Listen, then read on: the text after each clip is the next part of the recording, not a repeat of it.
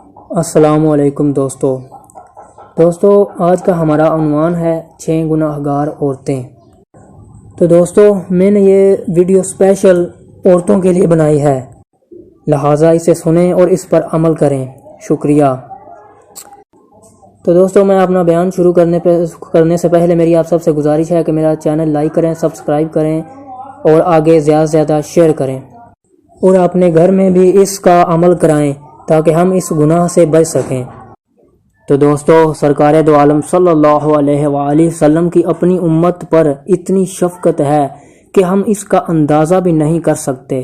مثلا ایک انتہائی مہربان اور شفیق ماں جو اپنی اولاد پر جان قربان کر دینے والی ہو، اگر وہ ماں اپنی اولاد کو جیل کے اندر سخت قسم کی سزائیں سہتے ہوئے دیکھے تو یقیناً اس ماں کا کلیجہ منہ کو آ جائے گا، اور ان سزاؤں کو دیکھ کر وہ ماں یقیناً رو پڑے گی، جبکہ حضور اقدس صلی اللہ علیہ وآلہ وسلم کی شفقت اور محبت تو ساری دنیا کی ماؤں سے کہیں زیادہ بڑھ کر ہے۔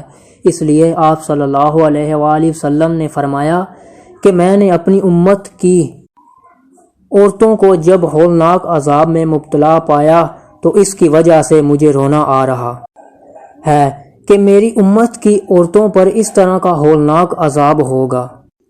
اس کے بعد حضور اقدس صلی اللہ علیہ وآلہ وسلم نے اس کی وضاحت فرمائی کہ میں نے جہنم کے اندر عورتوں کو کس طرح عذاب میں مبتلا دیکھا۔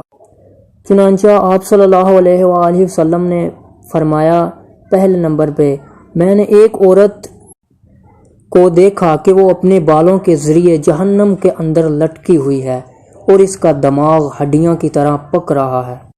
ایک تو خود جہنم کے اندر ہونا بذات خود اتنا ہولناک عذاب ہے۔ اللہ تعالی ہم سب کو اپنی پناہ میں رکھے، آمین۔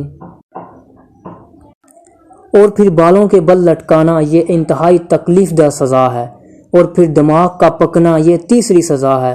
پھر فرمایا دوسرے نمبر پہ میں نے دوسری عورت کو جہنم میں اس طرح دیکھا کہ وہ زبان کے بل لٹکی ہوئی ہے۔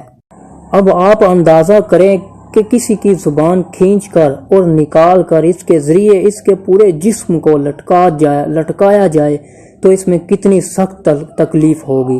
اگر صرف ایک ہاتھ کے ذریعے بھی کسی کو لٹکا دیا جائے تو وہیں اس کے لیے موت سے بدتر ہے، لیکن زبان تو بہت نازک چیز ہے۔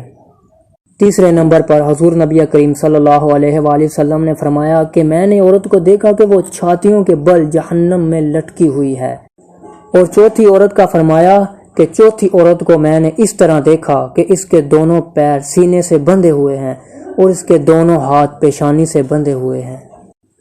پانچویں عورت کو میں نے اس حالت میں دیکھا کہ اس کا چہرہ خنزیر کی طرح ہے اور باقی جسم گدھے کی طرح ہے، مگر حقیقت میں وہ عورت ہے اور سانپ بچھو اس کو لپٹے ہوئے ہیں۔ اور چھٹی عورت کو میں نے اس حالت میں دیکھا کہ وہ کتے کی شکل میں ہے اور اس کے منہ کے راستے سے جہنم کی آگ داخل ہو رہی ہے اور پاخانے کے راستے سے آگ نکل رہی ہے، اور عذاب دینے والے فرشتے جہنم کے گرز اس کو مار رہے ہیں۔ اس طرح 6 عورتوں کو ہونے والے عذاب کی تفصیل حضور اقدس صلی اللہ علیہ وآلہ وسلم نے بیان فرمائی۔ اس کے بعد حضرت فاطمہ الزہرا رضی اللہ تعالی عنہا نے عرض کیا کہ ابا جان، ان عورتوں پر یہ عذاب ان کے کون سے اعمال کی وجہ سے ہو رہا تھا؟ ان کے کون سے ایسے اعمال تھے جن کی وجہ سے آپ صلی اللہ علیہ وآلہ وسلم نے ان کو ان ہولناک اور دردناک عذاب میں مبتلا دیکھا؟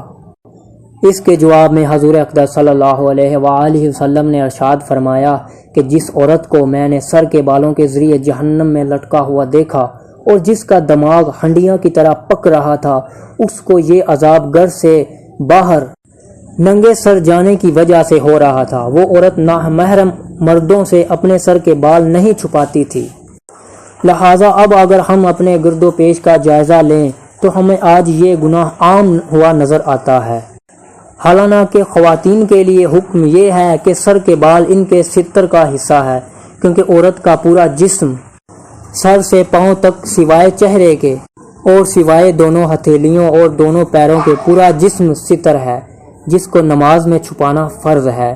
لہٰذا اگر نماز میں کم از کم چوتھائی سر کے بال کھل جائیں اور اتنی دیر کھلے رہیں جتنی دیر میں 3 مرتبہ سبحان اللہ پڑھ لیا جائے تو نماز نہیں ہوگی۔ یا اگر کسی عورت نے نماز میں سر پر اتنا باریک دوپٹہ اوڑھ لیا جس میں سر کے بال جھلک رہے ہیں تو ایسے دوپٹے میں بھی نماز نہیں ہوگی۔ لہٰذا دوستو میری آپ سب سے یہ گزارش ہے کہ اپنے گھر میں اپنی ماؤں بہنوں کو اس گناہ سے بچائیں، لہٰذا انہیں بتائیں کہ عورت پردے کا نام ہے، نہ کہ باہر ننگے سر گھومنا اور غیر مردوں کو اپنی طرف رجوع کرنا۔ لہٰذا دوستو اب تک کے لیے اتنا ہی، لہٰذا آپ مجھے کمنٹ میں بتا دیں کہ میں اپنا موضوع کس بات سے شروع کروں۔ تو آج کے لیے بس اتنا ہی، تو شکریہ۔